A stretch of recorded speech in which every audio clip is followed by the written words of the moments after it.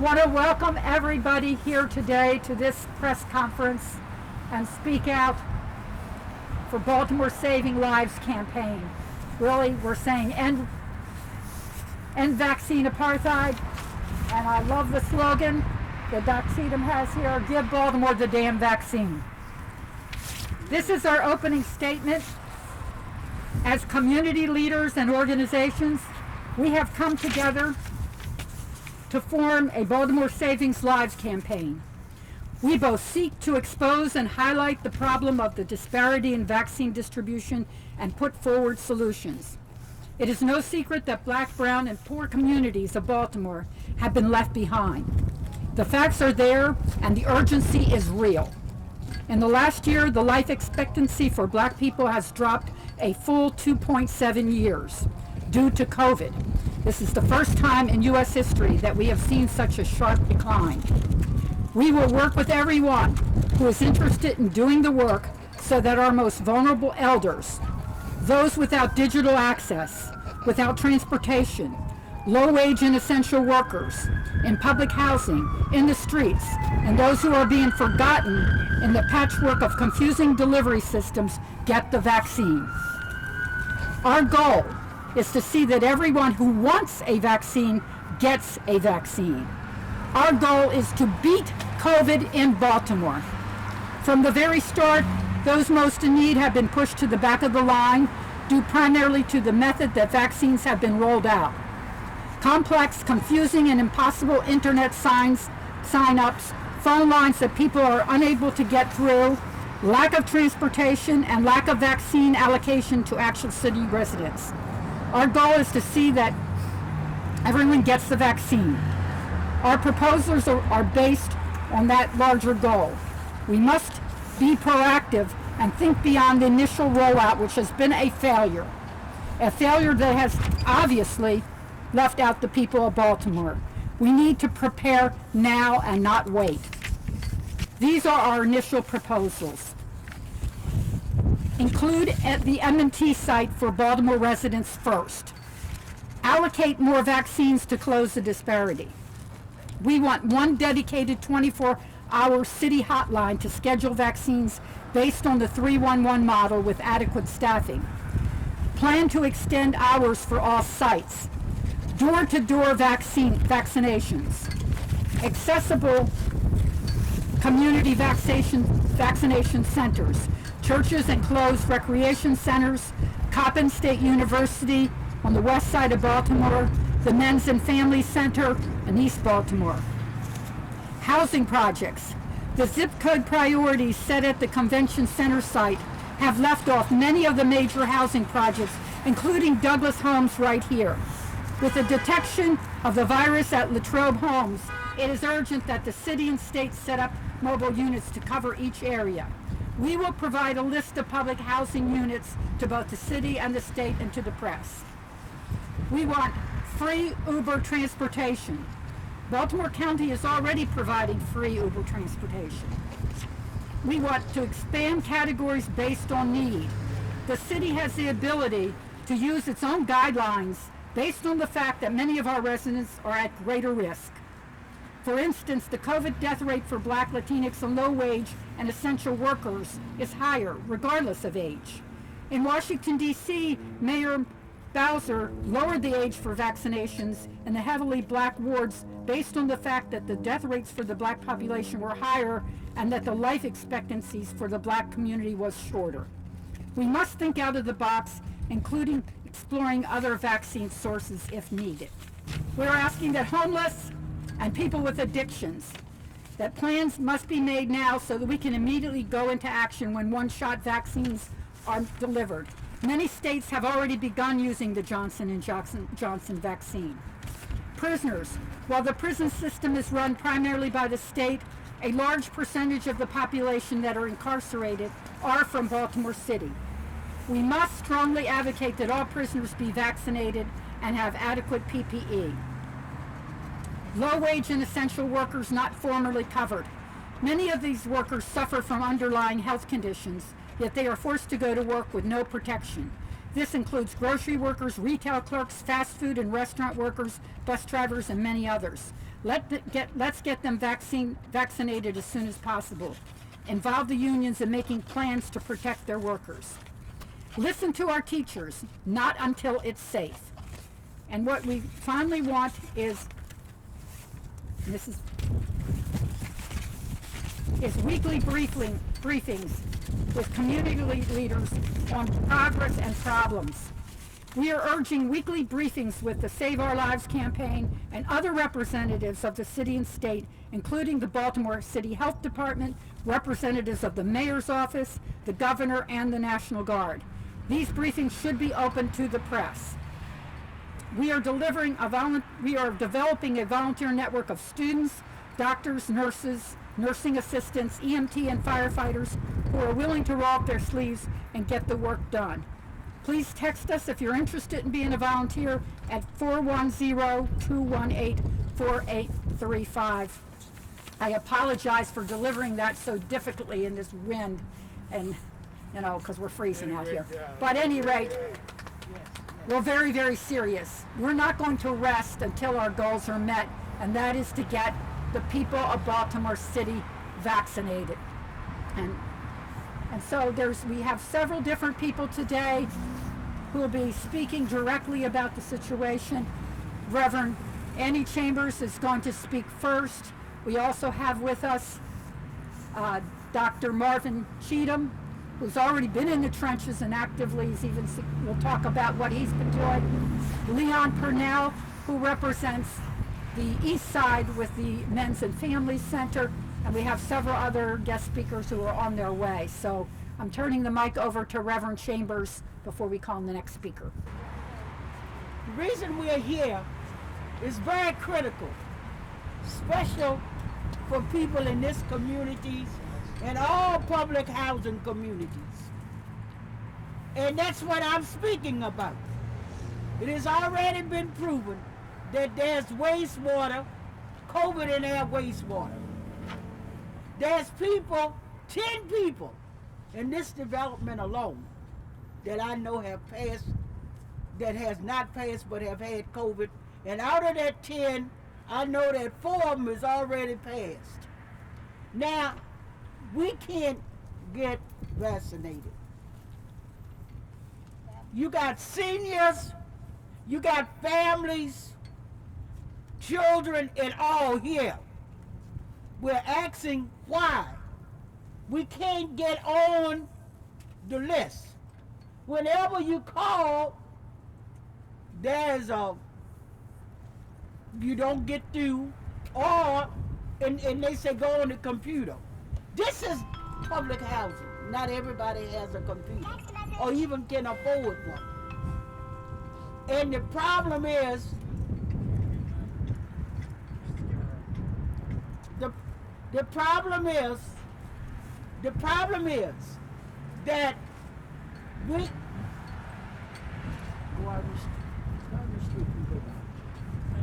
Thank you, baby. Bobby. The problem is that we has been trying to get vaccine. I've tried every way I could to get vaccinated. I'm 79 years old. Will be 80 years old this year. When they first said the convention center, I called, they told me that they weren't taking any more appointments until April. Now, there's a vaccine clinic right across the street from me. Right over there in Johns Hopkins Hospital. But none of us can go over there and get vaccine. None of us. And that's not fair to us. And people here in Baltimore City, they making the vaccine right in our city, and we can't even get vaccine. And the governor said we got too much. So he say, let them die. Let them die. When it's been proven there's COVID all around us, and you're saying we got too much. See, I don't have to sugarcoat it. I ain't the man. I don't have to sugarcoat what I say. He said, wear the damn mask. Well, give me the damn vaccine too. There you go. There you go. And we don't want to be just tested. We need the vaccine. We're saying, give us the damn vaccine. We have a right. We're not going to die. We're not going to go away. But they're picking. And it's a class struggle. And a racial struggle that we're in. That they're allowing certain people to get the vaccine. It's no other way you can put it. No other way you can put it. I had people in the county to tell me that, you know, they could get a vaccine. I had friends to tell me, come on out here and we can get it. Everybody can get there, and that's not fair. Because a lot of them are coming in the city getting it. A lot of them are coming in the city getting the vaccine, and we are not getting it. Well, they're right here in the areas of public housing, every development. And by the way, they even closed down one senior building, Lakeview Towers. It's closed down. And and they're not allowing people in. So that's dangerous. That's a low-income development. That is very, very dangerous for us. And right in this court, 3 people I know have passed from the virus. I know 4, 5 people in here that suffered from it, but 3 of them have passed. 10 people in this development I know have passed from the virus. We have a right to the vaccine as much as anybody else. And we're not going to stand back and say, you're not going to give it to us. We will go to the damn State House. Since he want to holler about wear the damn mask, damn it, we going to the damn State House. That's what we're going to say to the governor, and you're going to give us the damn vaccine. Or else we know where some at. And ain't that damn far from us either.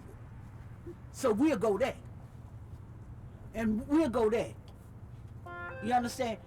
We're talking about seniors and children and people that need help. And that's what we're saying here in Douglas Homes. We need help. Give us the damn vaccine and give it to us now. There you go. That's what Thank you. Oh, sorry. I'm sorry. Very fine. Our next speaker is Leon Purnell, who runs the director of the Men's and Family Center in East Baltimore on Jefferson Street. How do you follow Annie Chambers? How do you do that? You know, one thing I want to share, because Sharon did a great job of actually documenting everything that needs to happen at this point and forward. But what I want to add is, years ago we had teachers that used to tell us that when they didn't want black people to know something, they would put it in writing. Put it in the newspaper, because most of them didn't get the newspaper. So they wouldn't find out about it until it was too late. The new method now seems to be the email. Now, if most of the people in this tenant complex do not have internet access, how are they going to use the internet? That's right. You know, so let's not use these things to hinder people's chance to save their lives. We're only asking for fairness. Now, every time something new comes down the pike, the city, the state, and all of the government agencies, they think they know how to do it. Why don't you come to the community and ask the people how they should do it? Why would you put the I guess there's so many different locations down there. They got 2 that are so far from here that most of the seniors can't even get there. And it's not fair for them to have to use the mobile transportation and use an entire day to get an injection that takes 5 minutes. So we're only asking for fairness. if you want the people to have the injection, make it accessible. Why not use the drugstores or the community centers or the churches in the neighborhoods to give the vaccine to people? And for Governor Hogan to say that they don't want it, how do you know they don't want it? You ain't asked nobody. I have people that we deliver food to, they want it. They're asking me every day, how can they get it? So let me know where they can get it that's in this community, and we'll deliver the people to you. But you can't put it all the way down at the stadium or the convention center where it is not accessible for everybody. Make things fair and equitable for everybody in the city. Thank you. Would you mind just saying and spelling your name real quick? Oh, I'm sorry. Leon Purnell, Leonpurnell.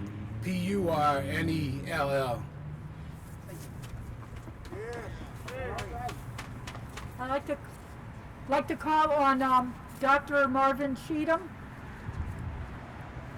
from the Matthew Henson Community Association.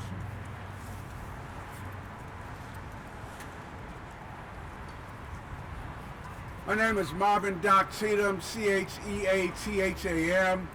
I'm the president of the Matthew Henson Neighborhood Association. My message so far: give Baltimore City the damn vaccinations. And my community came up with that slogan when the governor, in his wisdom, decided to say, put on the damn mask. We say, give us the damn vaccinations. Proper planning and preparation prevents piss poor performance. Governor, mayor, health department, what you have done so far is piss poor on behalf of our city. 75% or 125,000 people went to the city's 11 major hospitals, whose employees, many of whom live outside and many of whom were prioritized. We have no problems with that. But our problem is our numbers in Baltimore City should not have included the numbers that we needed for the 11 hospitals. We should have our vaccinations over and above what we need in Baltimore City. The state's coronavirus campaign, the plans were supposed to be submitted in October of last year. The governor and the mayor and the state health commissioner and the city health commissioner, your plans have all failed. Hospitals serve the entire region and should and must not be counted against the city's allocation. The allocation should both reflect population needs and workforce needs. 13% of the U.S. population is African American. Why then is 15% of the folks African American have the virus? Fewer than 40% of the vaccines allocated to Baltimore haven't reached the arms of Baltimore City residents. Baltimoreans are being left out. Communities of color, particularly in Baltimore, Prince George's, are getting vaccinated at a lower rate than other counties in the state. Maryland and Baltimore City knew in October that they had to develop a rollout plan. Both have failed. Racial inequities clearly for the wealthy and the white. Racial inequality is clear. Give us the damn vaccinations. Transparency and equity. Give us the damn vaccinations. 500,000 deaths nationwide. Give us the damn vaccinations. 8,000 Maryland deaths. Give us the damn vaccinations. 900 Baltimore City deaths. Give us the damn vaccinations. Maryland is the third worst state in the United States to distribute vaccinations. Baltimore City is the third worst city in the state of Maryland to give out vaccinations. We have, in January 25th, when phase 1C is in Charlie, was instituted in the city of Baltimore. Why in the hell would you have a city distribution plan and the number one thing on the number 1C is given to all Marylanders? Why would you do that? Why would you have Plan 1C, 65 and above, and the first thing that you list in the Baltimore City Health Plan is all Marylanders? That does not make sense. 50 years ago, I was an alumnus at Coppin State University. Please, someone tell me, one of the best nursing programs in the nation is at Coppin State University. Mr. Governor, why don't we have the damn vaccinations at Coppin? Not only do we have students there, we have nurses, trained nurses and certified nurses. We have students that are interested. Coppin State President, who I met with 2 days ago, is very much interested. Why give it to BCCC and right down the street we can't give it to Coppin? I'm a 50-year alumnus of Coppin, and I'm saying give Coppin the damn vaccinations to give them out in our community. You asked for zip code 15, zip code 16, and zip code 17. Guess what zip codes Coppin is in? All three. I'm saying, folks, it doesn't take a rocket scientist, but it's clear. Mr. Governor, you're not from Baltimore City. Mr. Mayor, you're not understanding Baltimore City. Why don't you have some of us sit on a panel so we can give you what we gave in January? 12 specific recommendations how to unroll the plan. I want to thank all of you for being here, and you know what the slogan is. Give Baltimore the damn vaccinations. I'd like to call up Miss Joyce Butler. She has a number of relatives that are incarcerated, and she's going to talk about the vaccines from that point of view. Thank you, Joyce. You're welcome. You're welcome. You're welcome. Just wanna hold myself. Yes. Joyce, she said you're with the Prisoner Solidarity Committee. Yes, I am with the Prisoner Solidarity Committee, and we're here today to raise our voices because here in this great state of Maryland, Baltimore City, there is vaccine apartheid. I stand here today in support of my nephews, my cousins, and other family members who are in prison. Regardless of guilt or innocence, these men need PPE and vaccines. The powers to be need to cut the bullshit, stop serving the interests of these pharmaceutical corporations while my brothers die in prison. COVID is real. This is a crisis. This crisis is real on the streets of Baltimore. It's real in Jessup. It's real in Howard County. It's real in Baltimore City Jail. It's real. It's real. Do not believe the hype. The men and women in prison need this vaccine. Give us the damn vaccine. Stay woke, people. Stay woke. We need that vaccine. All right. Give us the damn vaccine. Thank you. Thank you, Joyce, so much. Yes. We're going to open up to questions, but before we do, I really like us to have 1 minute of silence Yes. for the 3 people right within this little area that we're standing. 3. 3 people. Wow. 3 sisters, brothers, and siblings who have died from COVID. Wow. Right here, as you photograph this area, 3 people in this small, little, tiny block, along with another person who is very, very critically ill from COVID. So you see why we feel so passionately, because these are the folks that we stood out here and gave out free food all during the summertime. And some of these people who worked on the free food giveaway are not here because they have perished from COVID. So it is a crisis. It is. It's not something that is abstract. It's not something that's far away. It's literally, you can step just 2 seconds away and see that it's real. And that's why we have been making the demand that every housing project people get vaccinated. And even the prior health commissioner, Bielson, talked about it. Go door to door if that's what you need. And that's why we're getting together an army of people, students, nursing students, nurses, doctors, all the folks that can do it, EMT people, to be able to come forward as volunteers to help us in that process. So I'm reiterating what we raised when we opened up the press conference. There's some new press here, but that's what we want, the damn vaccine. We have a plan for the city, and we'll sit down with them. Yes. We have a plan for the state, and we'll sit down and talk with them. But we are not going to be at all pacified until the people of this city that we rid it of COVID.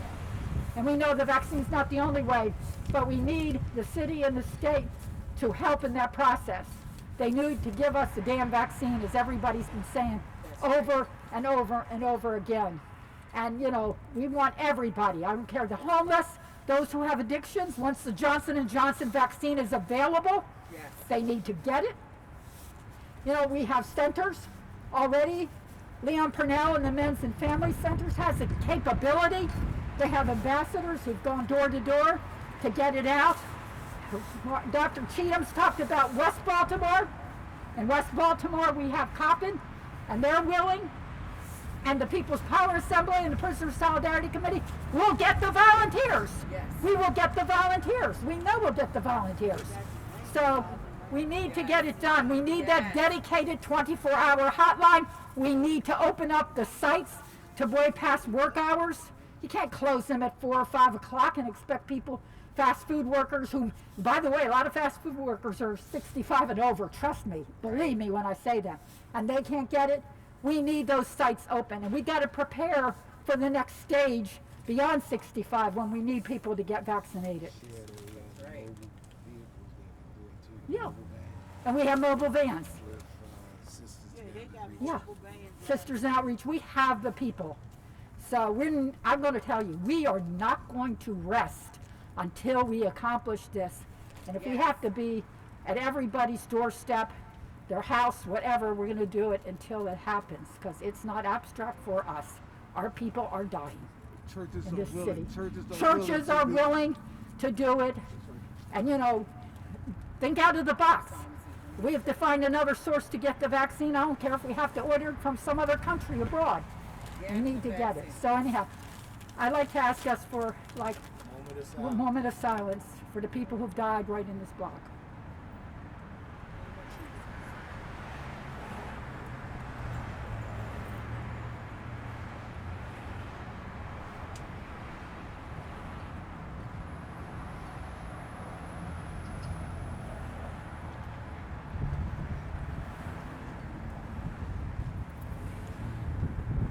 Thank you. Thank you so much.